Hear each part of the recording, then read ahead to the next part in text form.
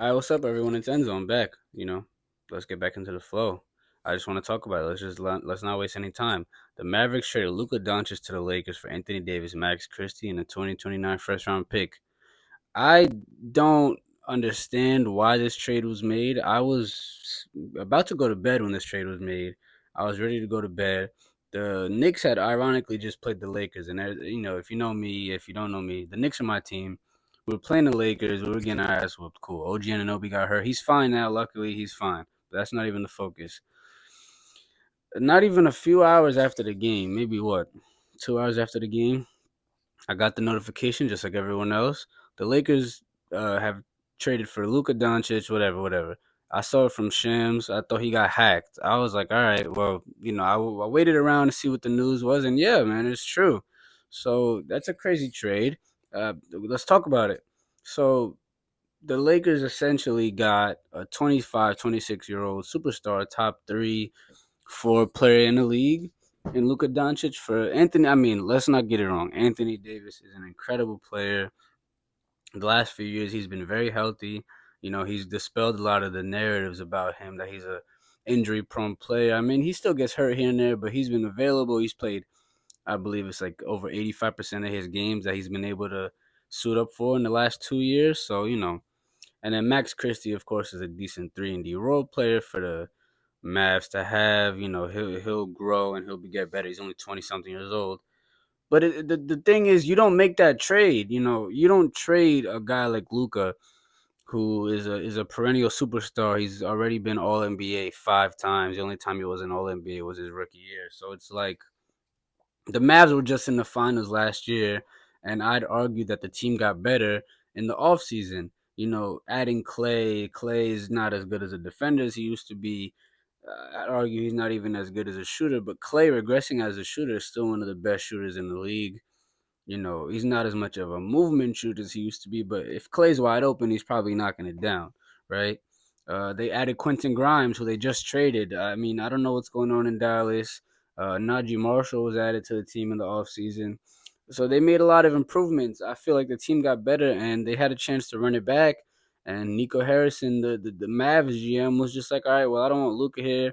They said it was because of his weight or because of the max contract that they were going to offer him. I just think that's ridiculous. Obviously, you could say in the short term, Anthony Davis and Kyrie gives you a shot at a run, but I feel like neither of those guys are good enough to be the number one option. I think the offense gets worse.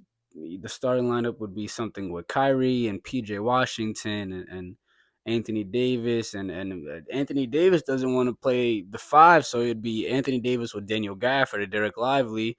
And it's like Luka not being there takes away the lob threat to a certain degree that Derek Lively and Daniel Gafford were. And even Anthony Davis, I mean, Kyrie can still throw the lobs and he can still do all that, but it's like Luka made that offense so potent, and the spacing is going to be worse now because Anthony Davis is not a great three-point shooter. Sure, he can shoot the mid-range, but that only extends the floor so much. Daniel Gafford and Derek Lively don't have a jump shot, and PJ Washington can be a good shooter from the corners, but he's not the most reliable three-point shooter in the world. He's pretty streaky in that aspect. So it's like you could say that the Mavericks are still a good team, but it's just like I think they got worse. And for the Lakers, Rob Pelinka pulling that off is incredible. I don't know how he was able to pull that off. Well, I read that the Mavs GM approached the Lakers offering Luka, which is a crazy thing to do. But it's like you know, he kind of lucked into Luka a little bit. I heard he was able to convince the Mavs to reduce the amount that they received back. That's insane. The fact that Rob Pelinka and the Lakers was able to convince Nico Harrison and the Mavs that Luka is worth less than what he actually is it's incredible because originally the trade was supposed to be, I think, two first round picks and Dalton Connect along with Anthony Davis and Max Christie. So the fact that Rob Pelinka was able to get that trade value reduced, basically gaslighting the Mavs that Luka was too out of shape and the contract stuff. Yeah, I don't know how that's possible, but they pulled that off. And in terms of the Lakers, obviously now they have a need for a center. They no longer have a quality center.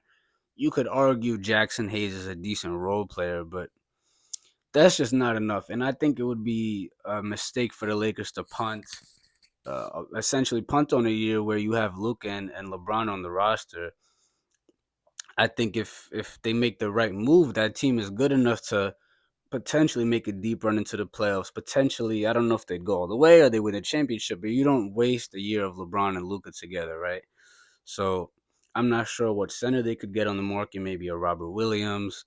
I'm not sure if Miles Turner is available. I understand the Pacers maybe don't want to pay him. He's on an expiring deal. I think he's heading into unrestricted free agency. Yeah, maybe you could throw Austin Reeves in the deal because Austin Reeves is now. I would assume that he's expendable because you have Luca now. You don't need a secondary ball handler next to LeBron anymore. And Austin Reeves is not a great defender. He's a great offensive player. Don't get me wrong, but having Luca kind of cancels out the need for Austin Reeves. So you could throw Austin Reeves' contract along with the 2031 first round pick that they still possess to try to go get a center on the market. I'm not sure if they could get Miles Turner. I'm not even sure if the money matches. I think Austin Reeves make 15 million or something, and I think Miles Turner is within the 20s.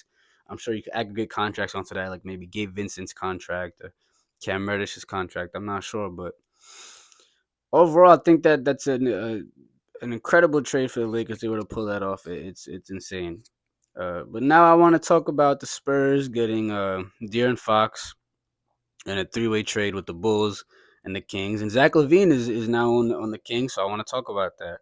I think that the fact that the Spurs were able to get De'Aaron Fox, essentially not giving up any of the young core guys that people thought they were going to have to give up, like a Devin Vassell, a Stephon Castle, a Jeremy Sohan. They didn't give up any of those guys. And I think a lot of that due in part is because the Bulls are just a stupid organization. The Chicago Bulls are just inept. They've been ran poorly for years now. I just don't understand what's wrong with the Bulls. I feel like every trade that they make, they never win a trade. They never get anything in return. They didn't get a first round pick for Alex Caruso. They did. I don't even think they got a pick or anything for DeMar DeRozan. And now they got their own pick back from the what is it from the Kings of the Spurs. That all they did was get their first round pick back, a pick that was already top 10 protected. And it's like okay, sure, now there's no danger of the pick going to another team, but you could have gotten a extra asset for Zach Levine.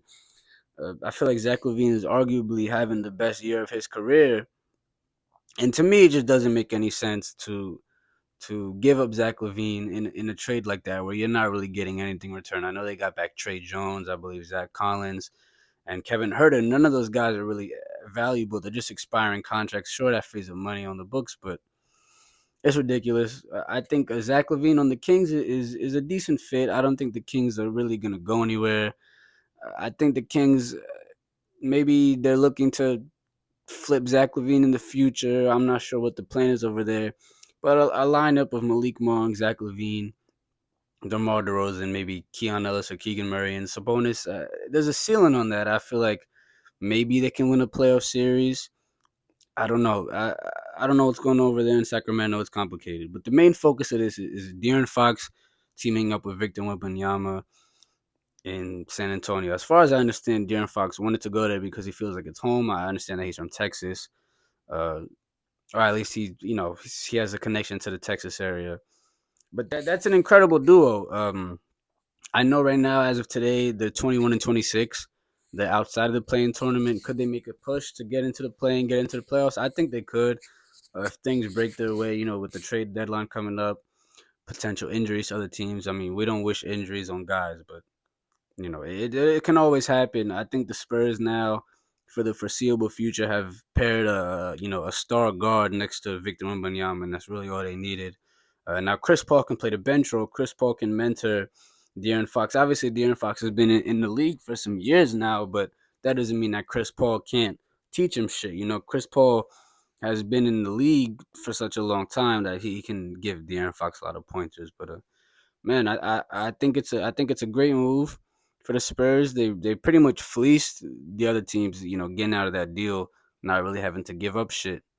So look, it's a great deal. It's all around the trade deadline. Tomorrow, I'm gonna cover that. I'm gonna make a video. If there's any major trades for that. But listen, I appreciate whoever's listening to this. I appreciate you for watching all the way through. If you got to the end, like, subscribe, share the video if you can. Look, I appreciate it, man.